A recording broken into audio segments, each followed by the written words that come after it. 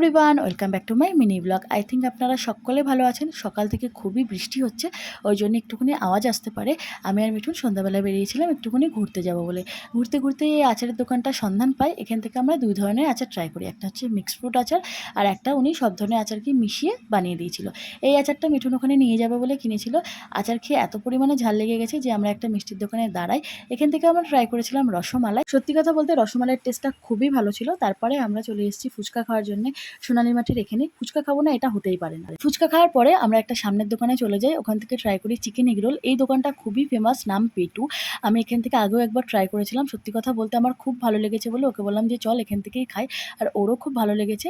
তো আমরা এই এগরোলটা নিয়ে দুজনে মিলে শেয়ার করে খাই। দেন আমরা চলে যাই একটা রুফটপ ক্যাফেতে। এখানকার অ্যাম্বিয়েন্স আমার খুবই ভালো লাগে, এখানে আমরা প্রায় আসি। এখান থেকে অর্ডার করেছিলাম একটা চিকেন বার্গার আর একটা চিকেন স্যান্ডউইচ। খাওয়া দাওয়ার পরে বাড়ি চলে আসি।